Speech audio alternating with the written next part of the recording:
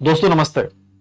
जीत जाएंगे की श्रृंखला के तहत आज हमारे साथ नरेंद्र नागौर से हैं ये, और आज मेरे से मिलने के लिए आए हैं। और सबसे बड़ी बात, मैं कई बार आप लोगों को बोलता भी हूं कि जब कोई भर्ती रद्द हो जाती है तो उसका एक बहुत बड़ा मनोवैज्ञानिक दबाव होता है, क्योंकि आपके ऊपर यह चैलेंज होता है कि आपका पहले उस भर्ती में सिलेक्शन हो जाता है और उसके बाद सब लोग आपको कहते हैं कि अगली भर्ती में नहीं हुआ। तो इसका मतलब आपका वो पहला क्या था, तुक्का था। बहुत छोटी सी उम्र है, बहुत बड़ा इनका कोई संघर्ष है नहीं। वैसे देखें तो सामान्य परिवार से हैं, लेकिन वैसे बहुत लंबा इंतजार नहीं किया। अपनी काबिलियत, अपनी प्रतिभा के दम पर और एक सटीक रणनीति के आधार पर मात्र 3 से 4 साल में लगभग 3 बड़ी सफलता इन्होंने अर्जित की। 2020-21 की जो आपकी रीट एग्जाम हुई थी, जो रद्द कर दी गई थी, उसमें इनका चयन हो चुका था। उसके बाद ग्रेड 3 का आपका एग्जाम हुआ, इसमें इनका चयन हुआ। और वर्तमान में 3 महीने 5 जनवरी को इनको हो जाएंगे, यानी सर्विस लग चुके हैं। और उससे भी बड़ी सफलता इन्होंने प्राप्त की है। हिंदी वरिष्ठ अध्यापक भर्ती परीक्षा में पूरे राजस्थान में 7वीं रैंक प्राप्त की है, यानी अंडर 10 में आकर इन्होंने अपनी प्रतिभा का लोहा मनवाया है। ये बहुत बड़ी बात होती है कि एक साथ लगातार 3 भर्ती प्रक्रियाओं में भाग लेना और तीनों में बड़ी सफलता प्राप्त करना। नरेंद्र, आपको बहुत सारी शुभकामनाएं, ढेर सारी शुभकामनाएं कि इतनी गजब की आपने सफलता अर्जित की है, स्पेशली वरिष्ठ अध्यापक में। आप बताएं थोड़ा सा कि कैसे, क्या आपने कभी सोचा था कि मैं टॉप 10 में आ पाऊंगा, या केवल आपने अपना पढ़ाई पे ध्यान दिया और जो परिणाम आया वो सबके सामने? बताएं थोड़ा सा। बिल्कुल, बहुत बहुत धन्यवाद सर। पहले तो आपका आशीर्वाद है सर, आपसे मिलने का मुझे मौका मिला। और इस भर्ती परीक्षा में मैंने जैसे 2020-21 में बीएड की थी, उसके बाद में तैयारी में लग गया था मैं। और जो पिछली भर्ती थी उसमें मेरे 134 नंबर थे, और वो रद्द हो जाने के कारण मैंने फिर अपनी यात्रा सेकंड ग्रेड में शुरू की। सेकंड ग्रेड में फ़िलहाल मेरी 7वीं रैंक आई है, और मेरा थर्ड ग्रेड में भी पहले हिंदी में चयन हो चुका है। और मैंने शुरुआत मेरी जब बीएड चल रही थी 2020-21 में, जी, तब मैंने ये इस यात्रा की शुरुआत कर दी थी। सबसे पहले मैंने जैसे हमारे जैसे शिक्षक की जो अलग अलग सिलेबस होता है, जैसे अकॉर्डिंग हमारे जो सिलेबस में मनोविज्ञान है, उसके साथ में जो मनोविज्ञान की सबसे पहले हमने तैयारी शुरू की। और उसमें मैंने जैसे विभिन्न जैसे किताब पुस्तकों का सहारा लिया। और मैंने इस पुस्तक में जैसे अपनी जो पुस्तक है वो अपनी वाली मनोविज्ञान वाली सर की पुस्तक है, सर के सानिध्य में जो पुस्तक है उसका भी अध्ययन किया। और उसके साथ ही विभिन्न कोचिंग संस्थानों के भी नोट्स पढ़े और टेस्ट सीरीज ली।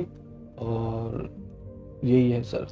बहुत बड़ी चीज ये है कि जैसे आपने आपका उस समय 135 नंबर थे, आपका चयन हो गया था, और उसके बाद भर्ती रद्द हो गई, तो आपको ये डर नहीं लगा कि अगली भर्ती में मेरा हो पाएगा कि नहीं हो पाएगा? बिल्कुल सर, ये डर रहता भी है, बहुत ज़्यादा हो गया था। कि इस टाइम क्या हुआ था कि जो ऐसा प्रकरण हो गया था, और उसमें मुझे बहुत ज़्यादा डर कि अगली भर्ती में मेरा ऐसा प्रदर्शन रहेगा नहीं। बहुत सारा मनोविज्ञान दबाव रहता ही है, लेकिन आप सभी के आशीर्वाद से मेरा अच्छे बहुत तरीके से बहुत बढ़िया बात है ये।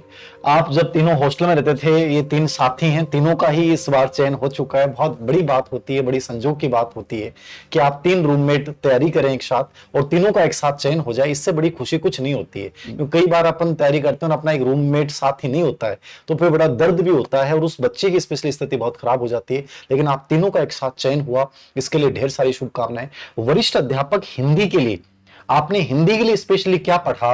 बच्चों को कोई किताब वगैरह बताना चाहेंगे कि इन किताबों का अध्ययन आपको करना चाहिए? थोड़ा सा आगे आ जाएंगे। बिल्कुल सर, मैंने हिंदी के लिए वैसे विभिन्न पुस्तकों का सहारा लिया। जी। और मैंने जैसे विभिन्न संस्थानों के कोचिंग नोट्स भी पढ़े। उसके साथ में भी मैंने जैसे पुस्तकों के बारे में अगर मैं बताऊं तो मैंने विभिन्न बहुत सारी किताबें आपने सोर्सेज देखे। मैंने सारी किताबों का निचोड़ निकाला और मैंने जैसे नोट्स भी बनाए, वैसे भी पढ़ा। अब मैं अगर ऐसे बात करूं तो विस्तृत रूप से, मोटे रूप से जो हमारे बाजार में ऐसे उपलब्ध है, हमें उनमें से अच्छी चुनना होता है। सही बात। और मैंने लगभग सारी जो संस्थान की बुकें हैं वो मैंने पढ़ी है सारी को। इन्होंने सारी संस्थान की बुक को चुना, लेकिन उनमें से इन्होंने देखा कि बेटर चीज मुझे जिस किताब से मिल रही है उससे वो चीज उठाई, दूसरी जो बेटर चीज मिल रही वो उठाई, और उनको फिर अपने खुद के एक नोट्स बना के और जो अपनी सफलता के रूप में एक प्रकार से पिरोया है। ये बहुत बड़ी चीज होती है। ये आप इसमें 2 चीजें कर सकते हैं। एक तो ये तरीका भी अपना सकते हैं कि आप अलग बुक्स में से जो आपको लगता है कि चीजें बेटर है, क्योंकि इनके पास टाइम था, तो इन्होंने उस चीज का पूरा फायदा उठाया। लेकिन आपको लगता है कि सिर्फ मुझे सिलेक्टेड पढ़ना है, तो कोई भी एक अच्छी किताब जो है वो गाइड के रूप में आप ले सकते हैं। आप कोई गाइड वगैरह आपने देखी थी कोई? जैसे मैंने बहुत सारी गाइडें देखी, मैंने मेरे ख्याल से मेरे ख्याल से अब अगर गाइड की बात करें तो जैसे प्रतियोगिता साहित्य वो आती है, अशोक तिवारी वाली। हाँ वो तो भी बहुत बहुत बढ़िया अच्छी किताब किताब है। है, क्योंकि उसमें उस सारी चीज़ों का सार है। हम्म। और हम जैसे शुरुआत करते हैं तो हमें बड़ी पुस्तकों को नहीं चुन करके छोटी छोटी पुस्तकें लेनी चाहिए, ताकि इससे हम अच्छी तरीके से पहले हमारा वो सिलेबस है वो पहले वो कवर हो जाए, क्योंकि वो हमारा बेस बन जाए कि क्या है इसमें क्या आता है। और शुरुआत में अगर हम मोटी पुस्तक चुन लेते हैं तो वो क्या है, वो हमारा बेस नहीं बन पाता, बेस नहीं बन पाता, डर भी रहता है कि डर भी इतनी रहता है किताब पढ़ क्या नहीं होगा। पढ़ पाएंगे। हाँ, उसी के लिए मेरे ख्याल से आप पहले छोटी छोटी चीज़ों से शुरुआत करें, और फिर अगर आपके पास टाइम है तो आप बड़ी बड़ी पुस्तकें पढ़ें और उनमें से अच्छी चीज़ें पढ़ें, सार निकालें और उनका अच्छी तरीके से अध्ययन करें, और आप निश्चित रूप से सफलता इस प्रकार से आप पा सकते हैं। अंतिम रूप से क्या बच्चों को मैसेज देना चाहेंगे आप? कुछ कहना चाहेंगे? कैसे बहुत सारे बच्चे संघर्ष से हार जाते हैं, कई बच्चे कहते हैं हमें गाइडेंस नहीं मिलती, कुछ कहते हैं हमें पता नहीं चलता कि कैसे पढ़ना चाहिए, क्या पढ़ना चाहिए। तो ये सब चीजों के लिए आप बच्चों को क्या कहना चाहेंगे कि क्या पढ़ने का एक बेहतर तरीका क्या हो सकता है?